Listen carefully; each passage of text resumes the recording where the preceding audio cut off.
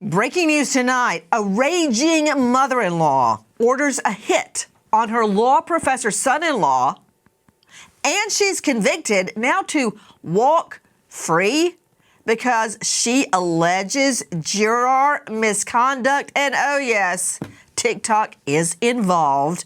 Good evening, I'm Nancy Grace. This is Crime Stories. I want to thank you for being with us.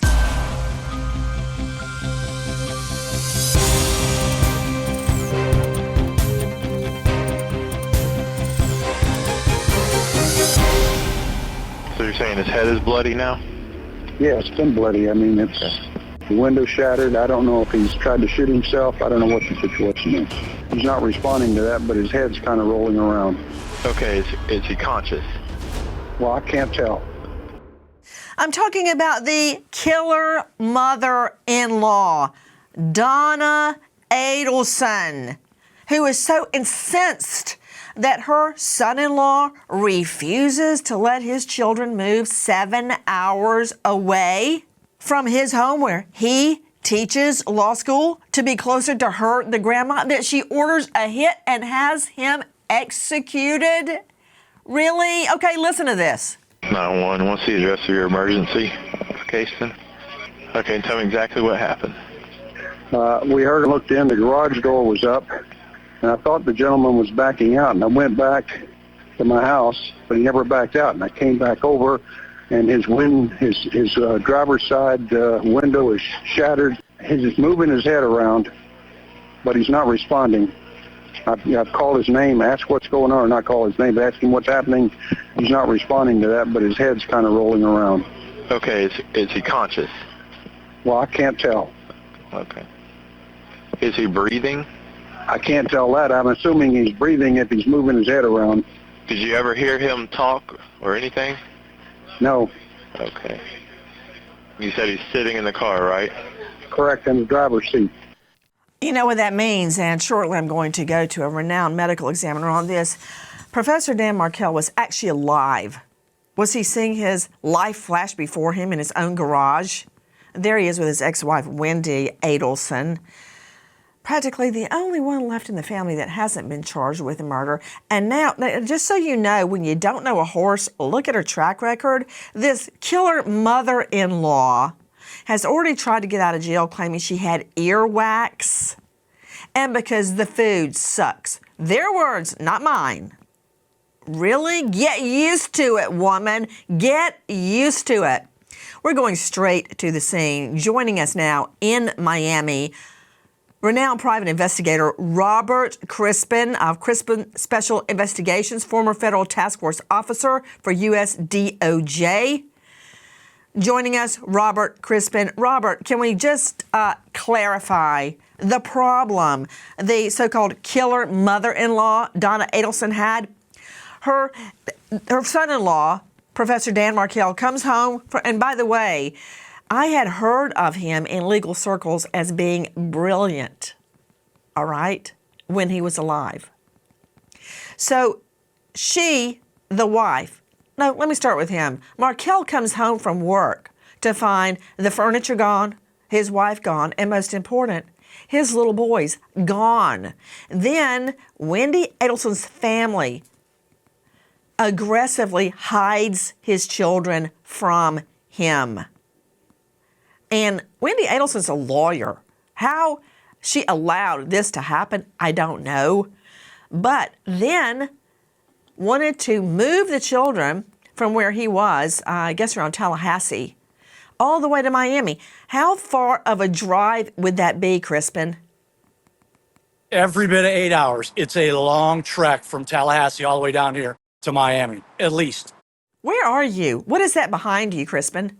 So I'm coming to you live, Nancy, right outside where Donna Adelson's multi-million-dollar condo sits, perched on Key Biscayne, overlooking the city of Miami skyline, all the cruise ships, and the entrance of the Rickenbacker Causeway out to Key Biscayne. Her view is insane in her multi-million-dollar condo. She has traded for a jail cell. Well, that is quite a change in circumstances, is it not? Because now she's sitting in a jail cell, Crispin, with a cot and 3 hots that we're paying for and whining about TikTok of all things and demanding a new trial. You know what? Sometimes when money talks, justice walks, and I don't want to see that happening. These people are loaded. Did you hear about the wedding that Wendy Adelson had with Markel? I mean, over the top. I'm talking ice sculptures, 5-star venue, the works. They are loaded. And now, hold on, you got to hear this. You've got to hear this, Crispin. Again, when you don't know a horse, look at her track record. Now she's whining she needs a new trial because of TikTok. Okay? She probably never even heard of TikTok. She was sitting in her jail cell. But this is her track record. Listen to this complaint. So I have a hearing issue. Okay. I have a problem. I evidently have very narrow ear canals, and so get the wax builds up in my ears to the point that, I mean, I have officers that say to me, "Are you deaf, Adelson?" When I don't respond to them, it's because I don't hear them. I mean, really? She wanted out from behind bars because of her ear wax, and I'm supposed to take her seriously because she claims Juror, Misconduct, and TikTok? Really? Have you ever in your life, and you've probably dealt with as many felons as I have, heard anyone complain they should be set free because of earwax?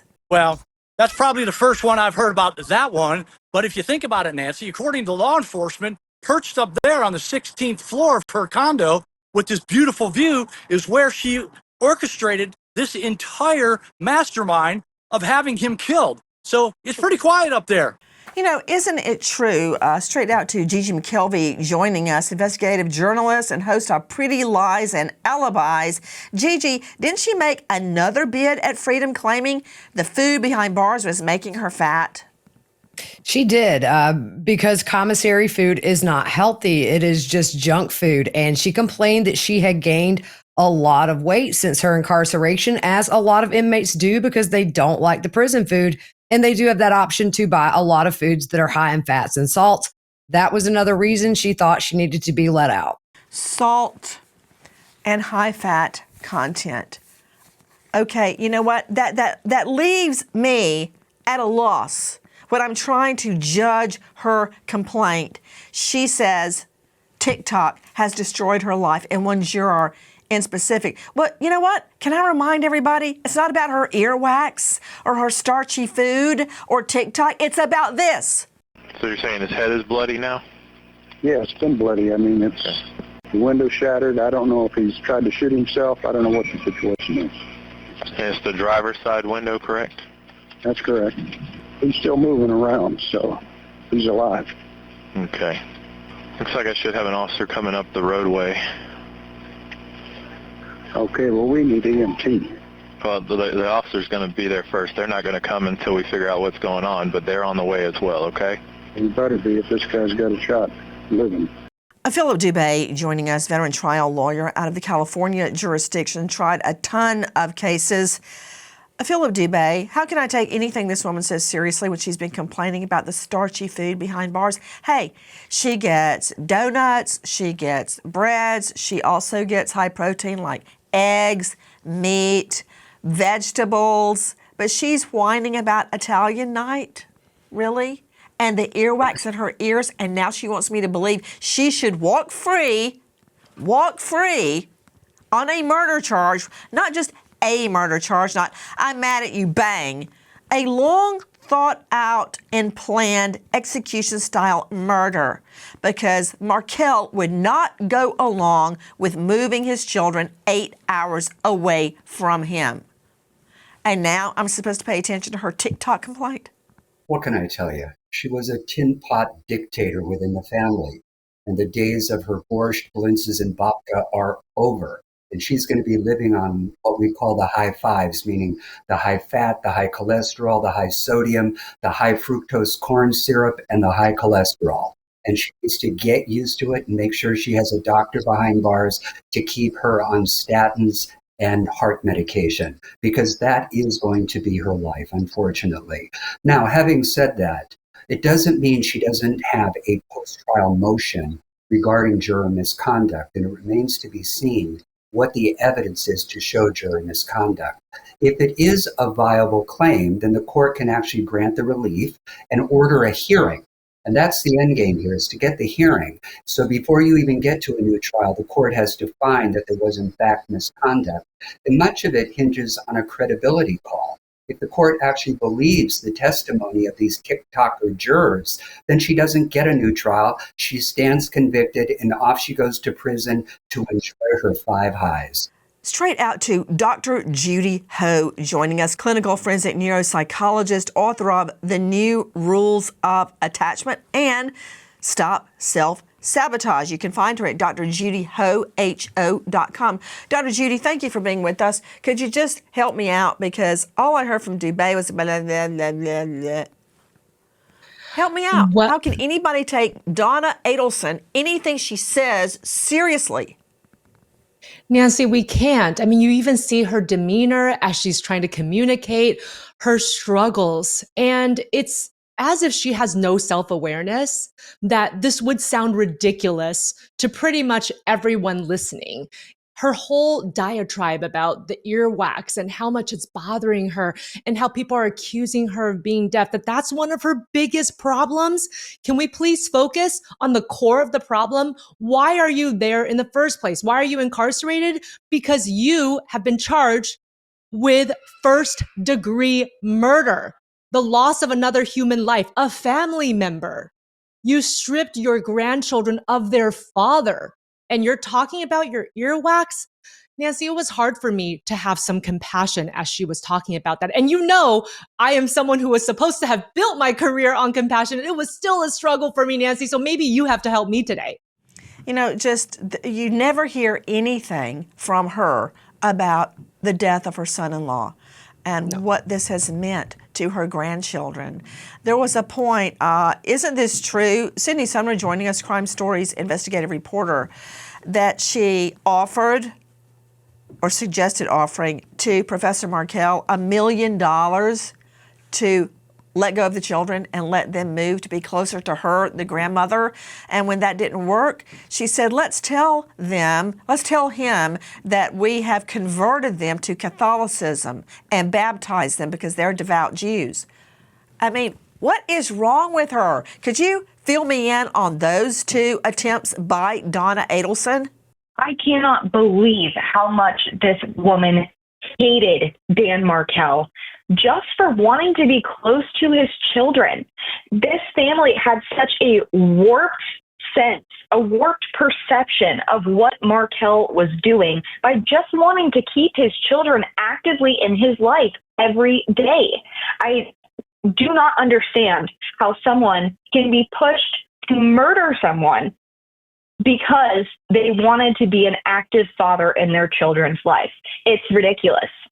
Here are the claims exactly that Donna Adelson, who is sitting behind bars, not in her Lux condo where you see Crispin standing in front of it, but in jail where she belongs, according to a juror who is joining us shortly. This is the crux of her claims. Adelson filed a motion for a new trial, claiming jury misconduct, bias from the judge, and a lack of evidence just 2 weeks after conviction, and includes a request to interview 2 of the jurors. Adelson accuses juror number 7, J.C. Maxon Walker, posted a TikTok about her selection to the jury on the 3rd day of the trial, then deleted the post. Adelson says they can provide a copy of the video. Adelson writes that Maxon Walker then went viral for her post discussing details of the case immediately after the verdict. Hi guys, Crime Stories, now featuring on streamer Fox 1. Joining us to help solve unsolved homicides, find missing people, especially children, and reignite cases long cold. It's a lifetime mission for me, and I'm very proud. We have a partner who furthers that mission to always, always seek justice. Watch the episodes first with Fox 1 24 hours before seeing anywhere else. Try it. 7 days free. The brand new season of Crime Stories airing now on streaming giant Fox One. Click the link in the episode description to learn more and join us on Fox One. Overall, it took us about just over 3 hours to deliberate and reach our final verdict, right? But within the first hour, hour and a half, I want to say, everyone was agreeing that she is guilty. Everyone, it was unanimous within the first hour, hour and a half. Donna Adelson was found guilty on all 3 charges for killing her ex-son-in-law. I'm here to say that I was on the jury and I got to be the foreperson. If you have questions, let me know because I can finally talk. That from @Lacey with AJ on TikTok. I mean, come on. Robert Crispin, you've handled so many felony cases. Crispin is joining us right now outside, well, across the water, that beautiful view mother-in-law from hell had. I'd love to have a juror like that. She's proud she was on the jury. She's proud she was foreperson. What's wrong with that? Not a thing. And with the new Gen Zs and TikTok and social media and all these platforms that are out there now, all these people are going to their own social media and posting. And Nancy, they have a microphone. They're not being censored. They're not being edited. They're not ending up on the floor of the editing room. They're telling what they want, when they can. I love it. And get ready. There's a lot more of that coming out on cases to come. I mean, you're not kidding. Dubé, what's wrong with what she said? I don't see anything wrong with what Lacey with AJ on TikTok had to say. She was a foreperson. She's proud. Adelson asked for it. She did it. She deserved it. She was convicted. Why? What's the problem? Yeah, of course it's a misconduct, particularly if it's going on during the trial. If she's going online commenting, looking at social media in direct violation of court orders, not to follow the case, not to discuss the case until all jurors are sent to the jury room to deliberate, that is a contempt of court. And the remedy for that is the tin pot dictator gets a new trial. Wah, wah, wah. I think for a mistrial to be granted, you have to show that the error was so grievous that it would have warranted a new trial, that it impacted the jury so much that a new trial would be warranted because there would have been a different outcome. Hold on. Let's hear more from Lacey with AJ. A lot of people are saying that I'm the reason an appeal is going to happen, which is just crazy because if you actually watched and really listened to anything I said, it's just no words. Yeah, I've said absolutely nothing that could hurt the verdict that we came up with, okay? Like, I'm not. As far as people's concerns as to me being on social media and posting my TikToks in the last week or two, there was no rule stating that we cannot be on social media. The rule is provided by Judge Everett in this case, okay? We cannot seek out information about this case. We cannot talk about the case with anyone. We cannot listen to others talk about the case. We cannot do anything in regard to the case during the trial. But now that I'm released as a juror, I have the freedom to say and do whatever. That again from @Lacey with AJ on TikTok. You know, Dubé, I know you went to law school and you tried a lot of cases, but I think she's got you over the barrel. Guys, joining me right now, special guest, Evan Higginbotham is with us, a.k.a. Juror number 6. Can you believe it was just a few short days ago that you voted guilty? You did vote guilty, right, on Donna Adelson, correct? Yes, ma'am, that's right. Okay, that was just a few days ago, and already she has hatched a motion for a new trial and to have her case completely reversed. And part of her claim is juror misconduct. How does that make you feel? You're a juror. Did you see any misconduct? I did not, but this doesn't surprise me at all. It would only make sense for her to look for something like this after the verdict was served. Sounds like Donna Adelson didn't make a very good impression on the jury. And more. Now, here is Mitchell McKenzie, Adelson juror number 5. There were certain witnesses that when they brought in, I was focused kind of on her reaction and body language. I really just wanted to see how she reacted to certain things. I wanted to see how she reacted to the information that was coming out. Not that I could use that against her during deliberations, but it kind of gave me a sense of where her head was at, I think, during certain testimony. Now, that is a juror appearing on Surviving the Survivor. So Gigi McKelvey joining us, investigative journalist. The other claim is that juror judged her, Adelson, on her reactions in court. What's wrong with that?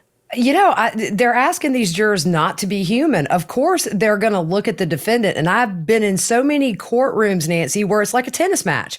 The jury watches the witness and they watch the defendant. And what I find funny, too, is that they had her dressed like a granny. So they wanted the jury to look at her at certain times, but not when testimony was going on. It's a human thing to do. And so I think this is just a really moot point. I think it's grasping at straws and throwing stuff against the wall to see what sticks. But he immediately says, I didn't take that in the jury room. There's no harm, no foul. So long story short, Dr. Judy Ho, how can you listen to the evidence, listen to the testimony, and look over at the defendant and pretend you don't see what you see? What is she talking about? Exactly, Nancy. And no matter what we do as human beings, given juror instructions, our feelings are going to be entangled in our decision making. We would love to say that that's not going to be the case. That's just not true. We are emotional beings. That's how we're built. And so you're hearing the evidence, and then you're trying to piece this all together and say, all right, this person clearly doesn't even seem to show any remorse, any empathy towards her other family members who have been affected. What do we do with somebody like this? Because they are going to be potentially a continued threat to the rest of society. And even now, as all of this is unfolding, there isn't still a clear remorse. And that does factor into juror decisions. I'm sorry to say it, but it just will. Guys, speaking of her reactions, watch her reaction when the jury hands down the verdict. We, the jury, find as follows as to count one of the indictment, first-degree murder. The defendant is guilty of first-degree murder. Mrs. Adelson, control yourself.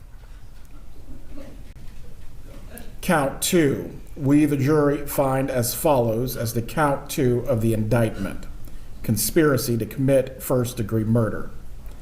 The defendant is guilty of conspiracy to commit first-degree murder. From our friends at Tallahassee Democrat, back to Dr. Judy Ho joining us, clinical forensic neuropsychologist. Did you see the crying? Did you see that? But nothing about Dan Markell, her dad's son-in-law. Nothing about him, but just her. The first time that she shows such extreme emotion is, of course, about her own welfare and well-being. And I would also argue that when someone has such an extreme reaction, even if it, of course, is a decision that's going to affect your life, this is why she was told to control herself. Most people are not going to actually look kindly on that because there is a sense that perhaps that's put on, whether that's true or not. That is going to be someone's human intuition, someone's red flags going off saying, oh my goodness, now she's really trying to demonstrate that she is so emotional and so impacted. Where was this the rest of trial? They're going to see the incongruency, and it's going to be hard for them to have more empathy after that. What about this? I don't know if this is in your diagnostic manual, but what about rich little old Miami socialite can't believe somebody called her on her BS. Watch this, Dr. Judy. Count three. We, the jury, find as follows as the count three of the indictment, solicitation to commit first-degree murder. The defendant is guilty of solicitation to commit first-degree murder. If you cannot control yourself, I am going to have to determine if you'll be removed from the remainder of this process. Do you understand what I'm saying to you? Yes. Do you need a moment to collect yourself? Again, from our friends at Tallahassee Democrat, Dr. Judy Ho, did you see her between all the... She said something very angrily. Talk about lack of self-control, impulse control. But she had plenty of time to call off the murder of her son-in-law, but she couldn't control herself, just like she can't control herself in the courtroom. Exactly. And this is why people are going to look at this, Nancy, and say, why should I feel any sympathy for this woman? No one's going to feel that sympathy for her, even as she is crying, bawling her eyes out because of the context and when she's actually shedding those tears. Hi guys, the Fed has finally dropped interest rates, and that is great news for all American homeowners. Wages are flat, prices keep climbing, and for many people, the only way to get by is to use credit cards and build up all that debt. If you are a homeowner, consider calling American Financing. Interest rates have dropped. Many homeowners are seeing options in the low fives. Now, compare that to credit card interest rates, charging rates in the 20s or higher. That's a lot of money. They're salary-based mortgage consultants, and I say that because they don't get a cut of their sales. Salary-based mortgage consultants save customers an average of $800 a month. If you get started today, you may even be able to delay your next mortgage payment. Take control. I know sometimes it feels like you're drowning in debt.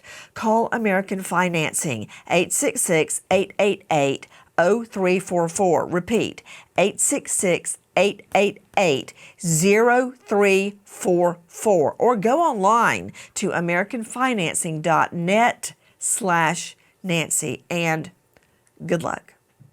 Adelson also cites courtroom environments. When Everett ruled against the defense, the gallery laughed out loud, despite multiple warnings from Everett. Adelson claims the continued behavior eroded the defense's credibility in the eyes of the jury. Adelson also claims footage of the proceedings shows gallery members making faces at the jurors throughout the trial, distracting them from testimony. Well, if the gallery, the peanut gallery, had disrupted the trial, I would have expected the judge to throw them out.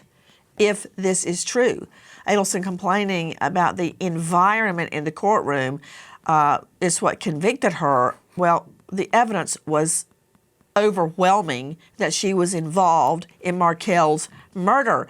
Let's go straight back out to juror Evan Higginbotham. Evan, what was your first impression of Donna Adelson? My first impression, it's hard to say because whenever I first came in for jury selection, she's an older lady, so I wasn't certain who the defense attorneys were. They're all sitting behind the same desk. And it took until me walking back there and speak to the defense team and the prosecutors on the second day of jury selection for me to realize that she was the defendant. And I had no opinion on her. Okay, wait, that's really funny. Funny, odd. And funny, I say predictable, because I believe it is harder for jurors to convict a woman of a violent crime such as murder. Like you said, you came in and it took you a while to realize, oh, it's a little old lady that's being charged with murder. Because, for instance, I think of my own mother. And my mother raised me. She took care of me. She sacrificed for me. It's really hard for me to imagine someone like my mother committing a murder or planning a murder. Now, tell me that again. How long did it take you to realize, oh, the older lady is the one charged with murder? Yeah, I left the first day of jury selection not sure who the defendant was. It took me coming back, and then after I finally got in there and the defense attorney started speaking to me, for me to be like, okay, so she's the defendant. Dubé, that is a defense attorney's dream juror. They can't, with the defendant sitting right in front of them, their mind cannot grasp she, the little old lady, is the one charged with murder. He just can't comprehend that. Well, that's why I always advise to be yourself at trial. I don't know why they clad her in an outfit looking like Grandma Walton, because she really wasn't being herself. And I got to tell you, on a personal level, I don't agree with the judge, the way he chided and chastised her in open court. The lady just literally found out in a couple of words that whatever left of her life is over, as opposed to finding out that there's no Santa Claus anymore. It is ridiculous. And it looks like she was really There's not a Santa aggravated. Claus? Yeah. You know what, She was Dubay? That's aggravated. falling flat with me because all that matters right now is will there be a new trial? And this was already at the verdict phase. The trial was over. That did not affect the verdict when he said, "Get a hold of yourself, woman." Look, and all that is total BS. You know what? To Robert Crispin joining us. He's been with the feds, he's been with the DOJ, now he's running Crispin Special Investigation, former homicide detective. She did it! And now she's looking around going, oh, my stars. Little old me is in jail. This can't be real. How can I get out of here? Claw, claw, claw. That's what's happening. She did it. Come on, Nancy. How many juries have we sat in? How many trials have we sat in? The rubber hit the road for Donna. It hit the road. The evidence was against her. The gallery wasn't against her. The jury wasn't against her. The evidence was against her. She never thought, perched up on the 16th floor, that she would ever, ever, ever get caught orchestrating and masterminding this entire murder. But guess what? That jury came back in such a short amount of time. And listening to some of the conversations from those jurors when they got out, they did an initial, are you guilty? Is she guilty or not? When they were in their final deliberations. And they all came back guilty. So nobody convicted Donna but herself. Not you, not me, not the peanut gallery, not the cops. Donna Adelson convicted herself. Hey, Crispin, which one of those buildings behind you was her high rise? I guess the husband's still there, but which one is it? So look, there's those two green glass buildings right there. The one with the white dome on it is the one that she lived in. And it's up there on the 1609, 16th floor, multi-million dollars. Nancy, I'm telling you, it's got sprawling, insane views. Insane views. Guess what? She's now sitting in a jail cell for the rest of her life. I guess some people are just so rich and so living in a bubble, their rich bubble, they think they can get away with everything. Markel was just like a paper cup. You used it, you squash it, and you throw it in the trash and don't think about it again. I mean, this guy was a brilliant lawyer, but more important, a loving dad that did not want to be away from his children. He wouldn't take $1 million, literally, to be away from them. It wasn't about money. It was about them. Them. That's all he cared about, Crispin. Yeah, that was a brutal homicide. That was a great guy, a great father, a pillar in our community, in the legal profession. She masterminded this and took all that away from him. Nancy, all that away. And she traded all this in for her jail cell. So you know what? It is what it is. Okay, yeah, that's not a legal theory, but it's true. Joining me right now, an incredible medical examiner, Dr. Kendall Crowns. Talk about save the best for last. Chief Medical Examiner, Tarrant County, that's Fort Worth. He is a host of a brand new hit podcast, Mayhem in the Morgue. He is an esteemed lecturer at the Burnett School of Medicine at TCU, and it goes on and on. But for my purposes, has performed literally thousands of autopsies. Can we have a reality check from Donna Adelson and her earwax and her starchy food and her whining and crying about people that made fun of her? Markel is dead, and he died in a brutal fashion, and he had long enough to know he was dying. It wasn't instantaneous, was it, Dr. Kendall Crowns? No, it was not. From the witness accounts, he was moving after he was shot. And based on the information we have, there was a survival time period. What the wounds were is he had a gunshot wound of his face that entered into his cheek and another gunshot wound that entered into his forehead. Now, the one in his cheek potentially could not have hit vital structures that would have caused him to die instantly. And the one in his forehead potentially only encountered half of his brain. So if one half of your brain is hit, the other half is still able to function, and you aren't going to die right away. But as you're sitting there from the damage done by the gunshot wound, your brain is going to swell, and it's eventually going to pinch off your brainstem, and kill you. So that's why when witnesses were there, they saw that he was still moving. He probably only had half of his brain compromised, and it took him a little while to die. The other thing is there's a mention of a gunshot wound to the forearm, so he did probably try to shield himself at one point before he got shot, and that's probably why the cheek wound isn't as severe as the forehead wound. Joining us tonight, a very special guest. Evan Higginbotham is with us, aka Juror number 6. Evan, thank you for being with us. Hey, thank you so much for having me. Did you ever wonder why Professor Markel's wife, Wendy, wasn't charged? Because it seems like this whole murder plot, the whole murder was so Wendy, then Markel, could take her children, the boys, and move to Miami. Did you ever wonder, well, wait a minute, how is she coming out smelling like a rose? I definitely was interested in trying to understand that at the beginning. And at this point now, after going through the whole trial and seeing it, it makes a lot of sense as to why Wendy's at the back end of this and hasn't been charged with anything yet. I mean, they did such a good job of insulating each other throughout this whole conspiracy, from Sigfredo Garcia all the way to Miss Adelson. You know what? Evan Higginbotham, you're like a threat. You're like a double threat. You've got charisma and brains. The way you just said that, you ought to consider dumping out of electrical engineering and going to law school. Referring to how every member of the murder plot insulated each other from getting caught. What do you mean by that? Well, you're absolutely right, number one. But what leads you to that observation? Well, there was very little overlap in communication between Sigfredo Garcia to Catherine McVanois, from Catherine McVanois to Charlie, and then from Charlie to Donna. There was very little overlap from that, so we didn't see very much contact at all, if any, from Miss Adelson to Catherine McVanois, vice versa, or even Charlie to Sigfredo. And I think them setting it up that way and making sure that there was very little contact outside of just their go-to person makes it, you have to tie a connection further along to be able to make charges.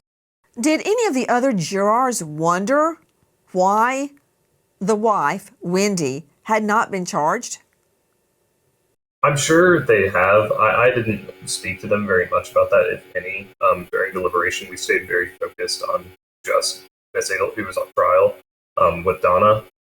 I'm sure that they're probably just as interested to see on the back end that I am about Wendy's contribution to this, but I spoke very little to all the other jurors about anyone outside of just Miss Adelson and her part in this. That was wise. Okay, so you get in there, and what went through your mind when they called you to be a juror, one of the 12? My first thought was, I'm going to miss a lot of class. And then, since then, it was a great experience. I'm grateful for being selected. But yeah, I was surprised to be picked, though. I thought that for sure, me being a relatively young guy and being a student, I figured I would be probably sent away pretty early in the selection process.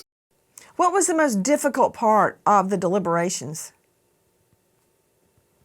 Honestly, it was going through the evidence again.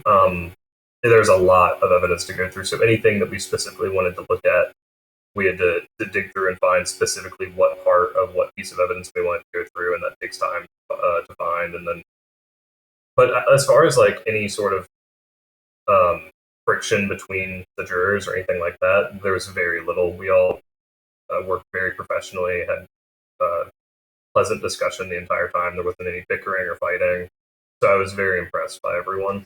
Did any fights break out? Did anybody ever fight over the evidence, or, did recollections vary as to the evidence? There was no fighting whatsoever, which was surprising to me. I expected there to be at least like some sassy bickering here and there, but there was none of that. But there was different recollections for sure. Some of us were better note takers than others, so there would be things where someone would mildly misremember something, and then we'd go back through the evidence and be like, okay, well, I was mistaken on that. But everything was very pleasant. Evan, you're describing a pretty peaceful deliberations. That's what I want to hear, because dissension among the jurors and fighting leads to reversals. What do you believe was the strongest piece of evidence that convicted Adelson? That's a difficult question to answer because it's not a case where there's a smoking gun, so to say. It's a lot of small bits of evidence that add up to create a picture that shows her guilty. I'd say that some of the testimonies that really stood out were definitely Chris Corbett as well as Rob Adelson. I think were very important bits to us coming to our conclusion. What specifically about those two?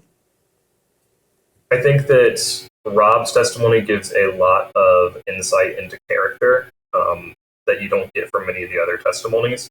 Him being such an integral part of her life, being her oldest son. And then Chris Corbett, the digital forensics from that, placing the cell phones at certain areas, as well as being able to see the text messages, some of the phone calls at what period of time, helps set up that picture and helps be able to see where the communication was at what time when she was speaking to Charlie in regards to when the murder was happening. What did you think about the son? I mean, the maestro. Did you guys hear evidence about his vanity tag, maestro? I did not hear that specifically within the case, but that doesn't surprise me. After that day of us listening, why do you say that? I'm talking about Wendy, the wife Wendy, who has not been charged, brother, who was right up in the middle of all this, doing his mother's bidding. He's already been convicted, of course. Had a vanity tag on his, what was it, Jack? A Lamborghini? Maestro, the one that orchestrates everything. Truer words were never spoken. What did you think about him? I was hoping that we would get a testimony of him from him of some kind. That may not have been something that I wanted after he got up on the stand, if that did end up happening. He's someone that did like to ramble for sure. I had my fill of hearing from Charlie after he was done that full day of phone calls. I think like 4 hours worth of just listening to phone calls between Charlie and Donna. But that doesn't surprise me. He seemed like someone that was very verbose and had a pretty big ego. So a tag like that on his car is not surprising to me. It's hard to believe everybody in the family and all these people are involved and she knows nothing about it. But again, that said, she has not been named a suspect or a person of interest in this case. Question, Evan, how did the crime scene photos affect you? Which photos do you recall as being the most vivid? The one of Mr. Markell in the hospital was definitely a difficult one to look at. Outside of that, the ones of the crime scene, luckily, were not too strong, I guess would be the word I would pick there. The one of him in the hospital bed with all of the tubes and life support hooked up to him was definitely one that got some sort of reaction from me. What did you make of the bump, as it has been called, where an LE law enforcement agent bumps in to Donna Adelson and asks for $5,000 to basically keep quiet about what he allegedly knows about the murder? What did you make of that and the phone calls that she had with her son following the bump? I think the bump operation was a really important part of this case because nothing about the way she reacted to that was ordinary. Anyone else you would expect to immediately read the paper to begin with instead of just sticking it into your purse, and then would likely call the police if someone is threatening or blackmailing you, and then definitely not go and pick up your grandkids and then walk them past the exact same spot where that just happened. So I think that definitely set the tone for her involvement. I mean, all I needed to hear is for people to say, don't call me. Don't talk about this on the phone. Let's go outside where there are not any bugs. I mean, why would you say that? I've never said that in my whole life. Yeah, definitely strange behavior. The thought of the boys living their life without their dad, I believe their last names have been changed now. It's almost as if Dan Markel has been totally erased. Yeah, it's heartbreaking. I feel terrible for those two kids because it's not just the loss of their father, but it's the loss of any normal life for them. Because they're getting to the age now where they absolutely have to be seeing some of the stuff that's floating around on the internet in regards to their mother and all of their family, everything about their grandmother's trial, and that can't. And it's truly terrible. They're just the victims in this as well. We wait as justice unfolds, and now we remember an American hero, Sergeant David Miller, Clarksville PD, Tennessee, killed in the line of duty after 20 years service, leaving behind grieving wife Amy and 2 children. American hero, rest in peace, Sergeant David Miller. Thank you to our guests, but especially to you for being with us. Nancy Grace signing off. I'll see you tomorrow night, and until then, good night, friend.